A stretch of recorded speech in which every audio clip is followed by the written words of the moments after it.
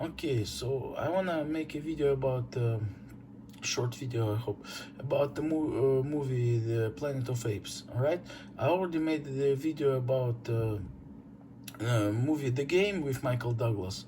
All right, and so I wanna point out what I think about the movie Planet of Apes, all right, and how it connected to baptism of the Holy Spirit, all right, and I am convinced, well, you can argue, but I'm convinced that the messages, subliminal messages that are in the movie industries, especially from Hollywood, you're right, they are.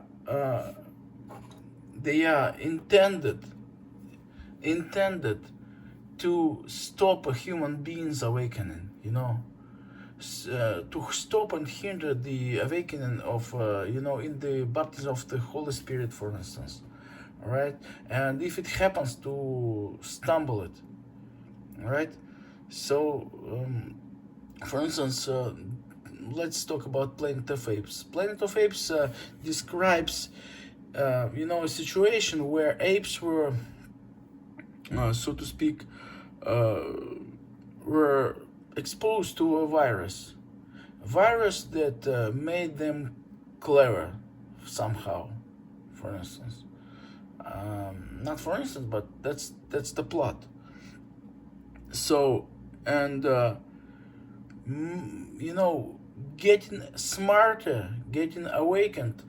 One of the, for instance, in the description I'm reading here, one of the apes gets angry and escaping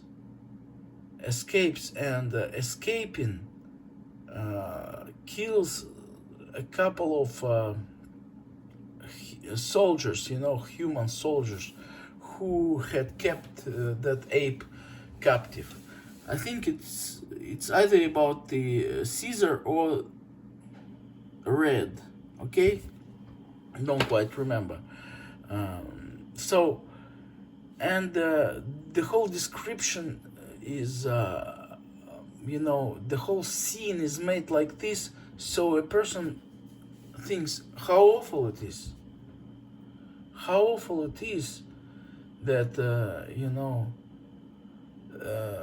that ape that got smarter, that got awakened, got angry and killed the scientists, right? Killed the guards, the soldiers. So, but isn't it awful that the ape was uh, kept, in captivity? All right. So, so again, I'm sure this is about baptism of the Holy Spirit, subliminal message to hinder it, to stumble it.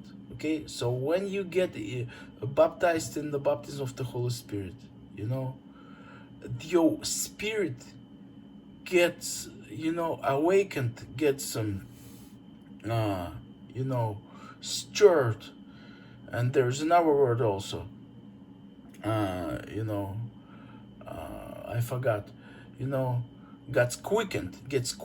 Yeah, the spirit.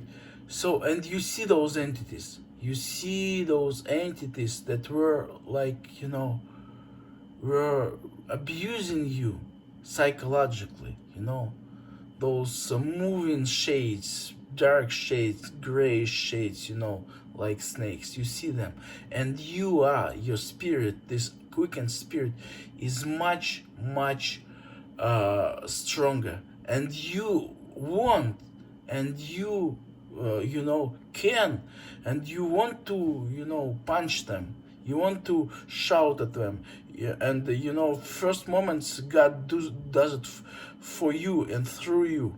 So, but then they come back, and you want to shout at them. You want to give them, a pushback. But if you don't know, if you have lack of knowledge, you think that this is not nice. You start thinking in the categories you had been brought up with, you know, that you must hinder the anger, that the you know, that rage is the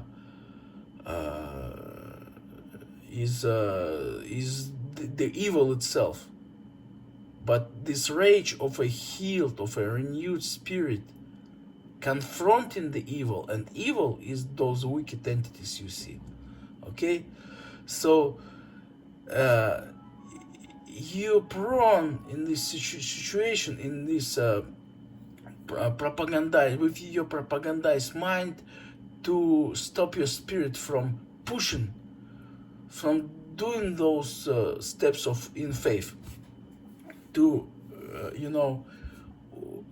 finally orient yourself against the Satan. Resist the Satan, and he flees from you. So, and that's what I think this movie does. And I think this, if you behave not nice, if there's a life entity, arises inside of you, you have to do everything to quench it. You have to, because it's in human behavior, it's ungodly behavior, it's all a lie. At least for this one very moment of baptism of the Holy Spirit, you have to let him loose. And when he finished the job, when the Satan got away, and you have clean slate, you have that clean air of grace around you. Now be nice, okay? Now be nice, okay? No one will get you to court for abusing wicked spirits. No one, okay? And the thought that it's gonna be a sin, and if you get angry, and God will tell you, "Oh, you're not nice. Go back to unregenerated state." No. Angry in God is okay. It's a protection mechanism of a soul to repel evil. What evil is those wicked entities. Evil is not behavior. Evil is not anger. Okay, anger is a defending mechanism, protection mechanism of a soul to repel wicked entities. So I'm convinced that those movies, Hollywood movies, especially those quote-unquote science fiction movies, are made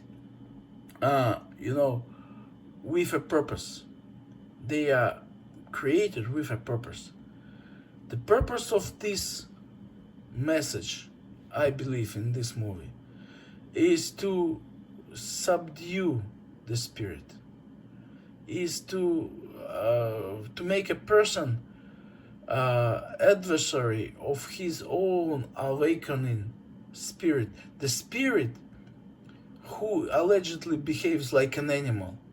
But this animal, quote unquote, is connected directly to God the Father, directly, through the Holy Spirit, through the blood of Christ.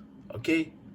So this is the human is not the human being, the real human being, the real human essence is vivid and vital and vigorous, that alive and moving and happy being inside of the Holy Spirit so it's not that anemic, nice, empty, like a furniture,